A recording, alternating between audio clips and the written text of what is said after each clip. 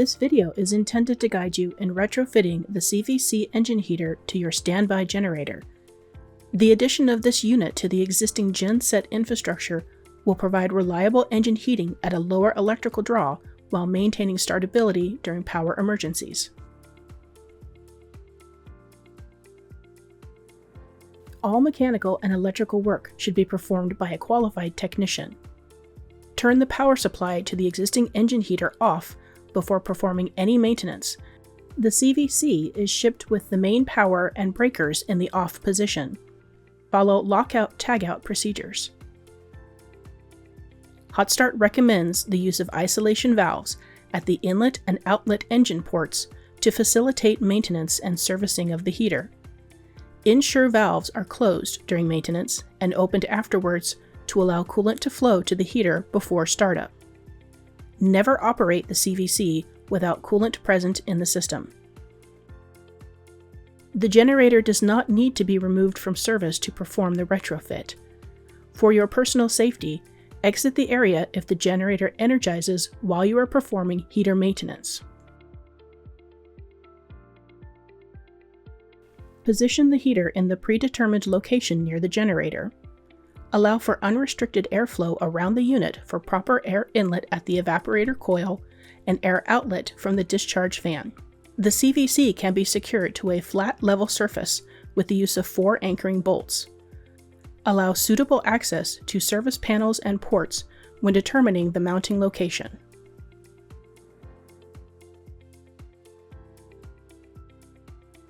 Locate the existing engine heater on the generator skid and identify the inlet and outlet connections.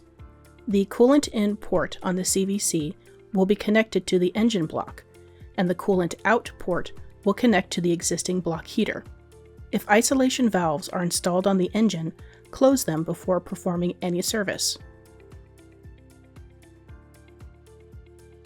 If isolation valves are not present, the engine's coolant system will need to be completely drained.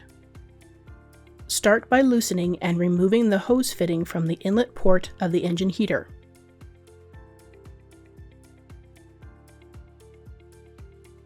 Drain any coolant from the hose. Next, remove the hose from the engine port by loosening the fitting.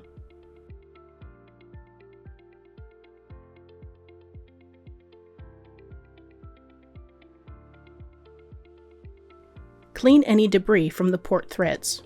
Dispose of the hose, as new ones will be used to connect the engine heater with the CVC. Prep new fittings for installation on the heater and engine ports. Hotstart recommends 1-inch fittings to allow for proper coolant flow. 3/4 inch fittings are suitable. Use pipe joint compound on metal fittings. Avoid contamination in the coolant supply port and plumbing. Hand tighten the fittings in the ports, then secure them in place with a wrench. Ensure the fittings are accessible for connecting plumbing hoses from the engine and the existing heater. To minimize flow restrictions, the plumbing lines should be kept as short and straight as possible to the CVC, a maximum recommended distance of 30 feet away. Use elbow fittings sparingly.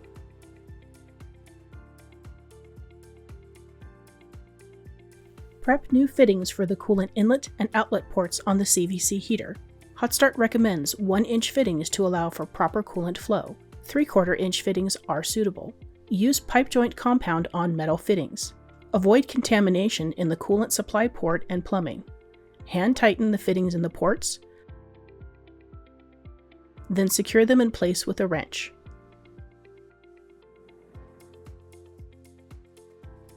Ensure the fittings are accessible for connecting plumbing hoses from the engine and the existing heater. During normal operation, the air drawn into the unit is dehumidified, producing condensate on the surface of the evaporator coil. This condensate is collected in the coil drain pan and must be piped away to a suitable drain system. Locate the condensate port underneath the CVC. Hand tighten a 1/4 inch fitting to the port, then secure with a wrench. Determine a suitable location for condensate drainage within the room. If needed, a condensate pump can be used to transfer condensate to a location away from the heater.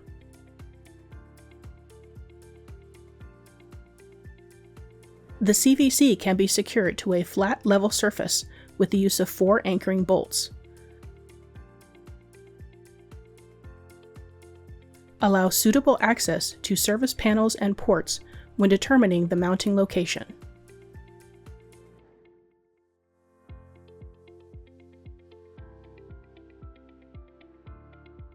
Once fittings are secured, prep the hoses for installation.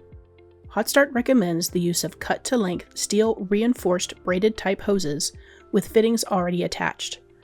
Route the hoses from the existing heater side to the CVC heater side. Depending on the setup, hoses can be routed under the engine through an access point in the skid or under the skid if it is elevated by vibration isolators. Hand tighten the hose fittings on each end.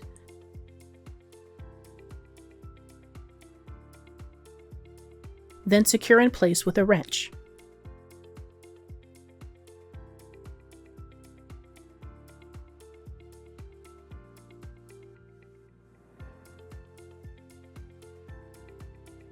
Block heaters typically have an adjustable or fixed thermostat to control heater operation. If the existing heater has an adjustable thermostat, lower the set point to 95 degrees Fahrenheit. If the heater has a fixed thermostat, contact Hotstart for additional support.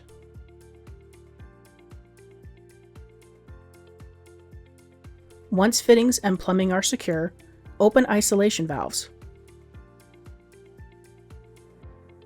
Use the bleed port above coolant connections on CVC to remove any trapped air in the system and coolant hoses. Identify and address any leaks at the fittings or ports. Secure hoses to the skid with appropriate clamps or hardware to prevent excess vibration from engine operation impacting the plumbing.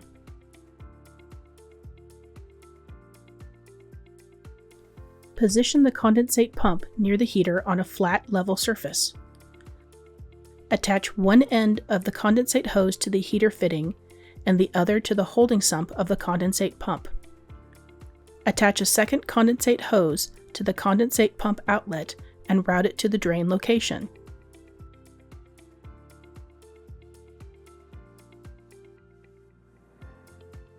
Ensure access to essential areas on site and prevent any tripping hazards by securing excess hose. Power can be wired directly into the CVC electrical panel for 208 or 240 volt condensate pumps. See schematics located in the operation manual for connection location. When power is available, prime the pump with water to confirm operation.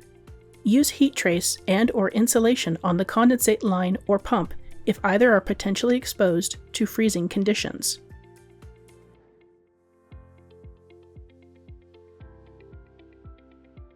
All wiring shall be done by qualified personnel in accordance with national, state, and local codes. The CVC requires a dedicated 208, 240 volt power connection. If the site does not have suitable power available, it is recommended the electrical service be updated prior to the CVC installation. Inside the electrical panel, 3/4 inch knockouts can be removed to allow for incoming connections. Main power and power to the condensate pump are wired directly into the electrical panel. Refer to the operation manual for electrical schematic information.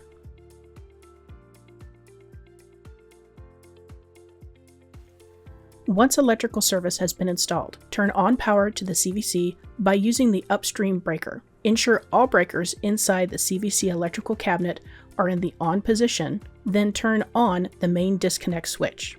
The system controller screen on the front of the unit will power up and cycle through to the start screen. Do not toggle the main power switch on the CVC heater at this time. The controller main screen is the operator interface for current status of the unit and adjusting the temperature set point.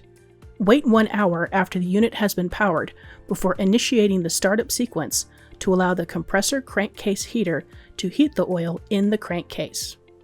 Hotstart recommends an operating set point of 40 degrees Celsius. On the control screen, press the up arrow until Set is on screen in the lower right corner. Press Enter.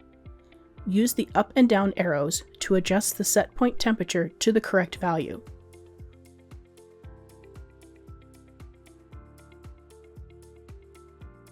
Once the value is set, press Escape to return to the main menu. Toggle the physical power switch to on. On the control screen, select Power, and then press Enter. Next, press the up arrow to select On. Press Escape. The heater is now operating. For additional support or product information, visit Hotstart.com.